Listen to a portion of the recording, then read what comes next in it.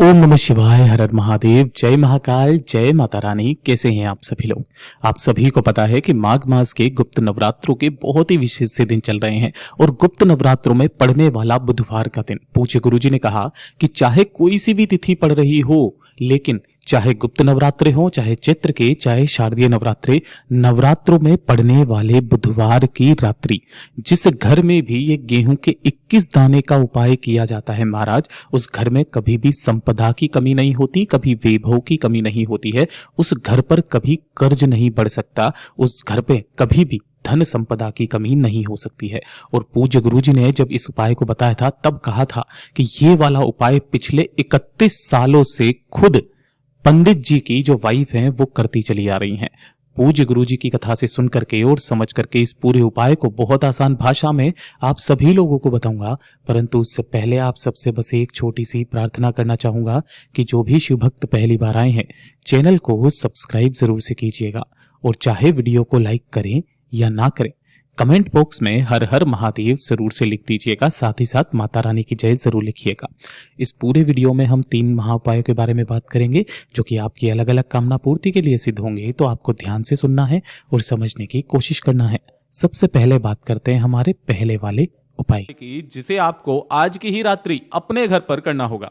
गुरुदेव ने विशेष तौर पर कहा, घर में सुख नहीं है, घर में शांति नहीं है, बेवजह छोटी छोटी सी बातों पर लड़ाई झगड़ा क्लेश आपके घर में होने लगता है, परिवार के लोगों में मनमुटाव बहुत ज्यादा है, भाई भाई में नहीं बनती है, बहुत ज्यादा कष्ट में जीवन बीत रहा है, कभी जायदाद को लेकर के लड़ाई झगड़ा हो रहा है, कभी धन की समस्याएं आपके परिवार में आकर के बन जा रही हैं, परिवार की उन्नति नहीं हो रही, तरक्की नहीं हो रही, कोई विशेष व्यक्ति आपके घर में बहुत ज्यादा मेहनत कर रहा है लेकिन उसे अपनी मेहनत का फल नहीं मिल रहा है, तो कहीं ना कहीं आपके घर में कुछ दोष हैं और उन्हीं दोषों का निवारण सबसे अचूक उपाय गुरुदेव ने बताया।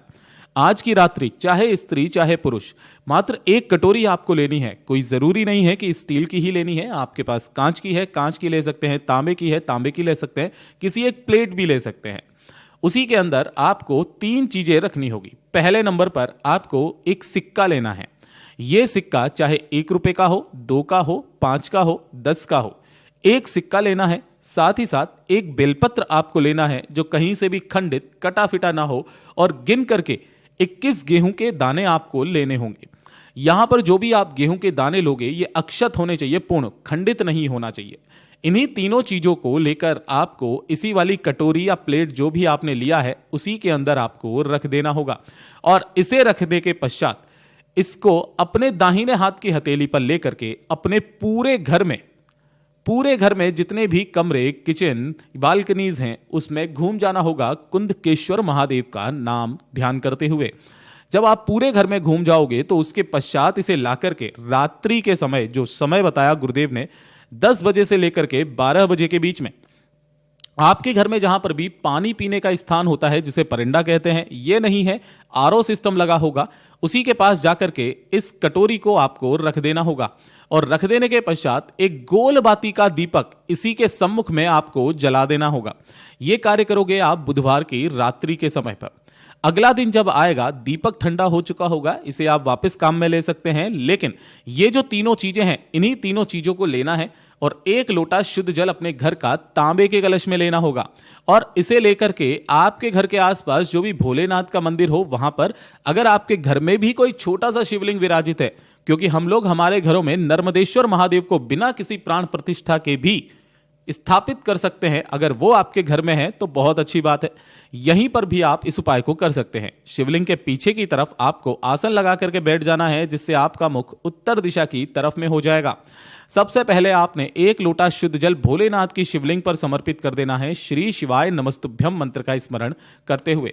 जब यह संपूर्ण जल समर्पित हो जाएगा उसके पश्चात अपने दाहिने हाथ की हथेली पर जो आपने एक बेलपत्र लिया था, उस एक बेलपत्र को और उसी के ऊपर आपने 21 गेहूं के दाने जो लिए हैं उन्हें आपको रख लेना होगा, और अपना नाम, अपना गोत्र और घर की सभी समस्याओं को खत्म करने की कामना करके कुंदकेश्वर महादेव के नाम से इन संपूर्ण चीजों को महादेव की शिवलिंग के ठीक शीर्ष पर, इस स्थान पर आपको समर्पित कर देना होगा, और ढोक देकर के जो एक सिक्का आपने रखा था उसी के ऊपर 10 या 20 रुपए और मिला करके किसी भी जरूरतमंद व्यक्ति को दान में दे देना होगा। गुरुदेव ने कहा था कि ये वाला जो एक उपाय होता है जिसमें दान पुण्य सत्कर्म का भाव प्रकट होता है, जिसमें आपके घर के जो गेहूं, जिससे कि आपके घर की समृद्धि बढ़ती है, जब यह महादेव की शिवलिंग पर आपके घर का एक लोटा जल समर्पित होता है तो चाहे कितनी भी समस्याएं, कितने भी दोष आपके घर के क्यों ना हो, वो सारे दोष आकर के भोलेनाथ के ऊपर जाते हैं और वहीं पर समाप्त हो जाते हैं। पूज्य गुरु जी का बहुत अद्भुत और अचूक उपाय है, जरूर से कीजिएगा। दूसरा उपाय जो गुरुदेव ने बताया कि अगर आपके कार्यों में देरी हो रही है या फिर किसी तरीके की कोई बाधा आ रही है, अब वो चाहे देरी शादी में हो रही हो, बनते बनती बात बिगड़ जाती हो, शादी में देरी होना अर्थात तय हो गई, कुछ देर बाद में टूट गई, ऐसी काफी सारी चीजें जो आपके जीवन में चल रही है। व्यापार में देरी होना, व्यापार शुरू ही नहीं हो पा रहा है, नौकरी नहीं लग पा रही है, उसमें देरी होना, रिजल्ट का आना, उसका देरी होना, जितने भी कार्य आपके किसी बाधाओं के कारण रुके हुए हैं या फिर किसी विशेष कार्य से वो देरी हो रही है उन कार्यों में, तो उन कार्यों को पूरा करने का, उनकी कार्य सिद्धि का ये सबसे अचूक उपाय है जो सिर्फ और सिर्फ बुधवार के दिन ही किया जाता है। आपको एक लोटा लेना है। अब ये लोटा चाहे आप तांबे का ले लो, स्टील का ले लो, लेकिन थोड़ा छोटा लोटा आपको लेना है, ज्यादा बड़ा नहीं। क्यों? वो इस वजह से क्योंकि इस लोटे को आपको पूरा भरना होगा चने की दाल से, है ना। जो भी आपके घर में चने की दाल हो, वो चने की दाल आपको पूरा का पूरा इस लोटे को भरना होगा। इसीलिए कहा था कि अपनी समृद्धि के अनुसार आपको ऐसा लोटा लेना है जिससे कि आप चने की दाल को पूरा भर सके। पूरा चने की दाल से भरने के पश्चात आपको इसी के ऊपर 2 पूजा वाली सुपारी, एक माता गौरा के नाम की, एक भगवान गणेश के नाम की, 2 पूजा की सुपारी इसी कलश के ऊपर, चने की दाल के ऊपर ही आपको रख देनी है। और एक सिक्का, चाहे 1 का, चाहे 2 का, चाहे 5 का, चाहे 10 का, एक सिक्का भी आपको इसी कलश के ऊपर ही रख देना होगा। तत्पश्चात इस वाले कलश के मुख को किसी भी एक पीले कपड़े से, अब ध्यान रखिएगा, पीला कपड़ा सूती होना चाहिए, किसी भी एक पीले कपड़े से आपको इसके मुख को अच्छे से बांध देना होगा। या आप चाहें तो यहां पर जब आप इसे बांधेंगे तो किसी भी मोली कलावे लच्छे से इस तरीके से आप लपेट सकते हैं। इस तरीके से मुख को बंद करके इस कलश को उठाकर अपने घर के मंदिर में आपको रखना है। और मंदिर में रखने के पश्चात इसके सम्मुख में आपको एक घी का दीपक जला देना होगा, चाहे आटे का, चाहे मिट्टी का। इस तरीके से जला देने के पश्चात आपको यहीं पर आसन के तौर पर बैठ जाना है, आसन लगा करके बैठ जाना है। इस कलश का आपको पूजन करना है। इसके ऊपर हल्दी कुमकुम रोली से स्वस्तिक का निर्माण करके भगवान गणेश जी से अपने कार्यों में प्रगति की कामना करते हुए उनकी आरती करनी है, पूजा करनी है। और पूजा करने के जैसे ही पश्चात, यानी कि जैसे ही पूजा खत्म होगी, एक नियम है कि आपको सिर्फ और सिर्फ मौन धारण करे रहना है। अब आपको मुंह से एक शब्द भी नहीं बोलना है। इस कलश को यहां से उठाना, इसके ऊपर का ये जो पीला कपड़ा आपने लगाया था, इस पीले कपड़े को हटा देना है। हटा देने के पश्चात अपने उल्टे हाथ में, जो लेफ्ट हैंड है, उसके ऊपर तो आपको इस कलश को रखना है। और जो सीधा हाथ है आपका, उस सीधे हाथ को आपको इसी कलश के मुख को बंद कर देना है सीधे हाथ से।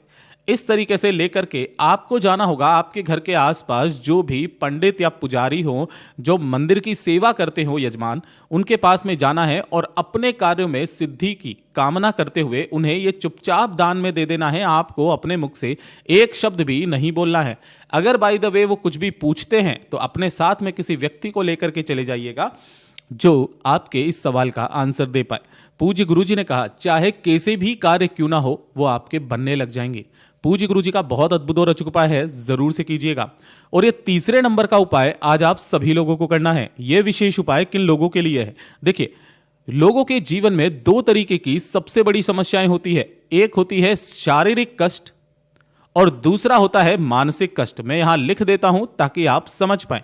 शारीरिक कष्ट वो कष्ट जैसे कि आपके शरीर में दर्द होना, असहनीय दर्द होना, घुटनों का दर्द, कमर का दर्द, कंधों का दर्द होना, ये शारीरिक कष्ट, कोई पुरानी बीमारी जो आपकी दूर नहीं हो रही है उनके लिए। और मानसिक कष्ट वो हैं जैसे कि आपके जीवन में कुछ भी अच्छा नहीं चल रहा है, बहुत ज्यादा कष्ट में जीवन बीत रहा है, घर की क्लेश आपको परेशान करती है, एक के बाद एक समस्याएं जीवन में बनी हुई है जिसको सोचते सोचते ही आप बहुत परेशान रहते हैं।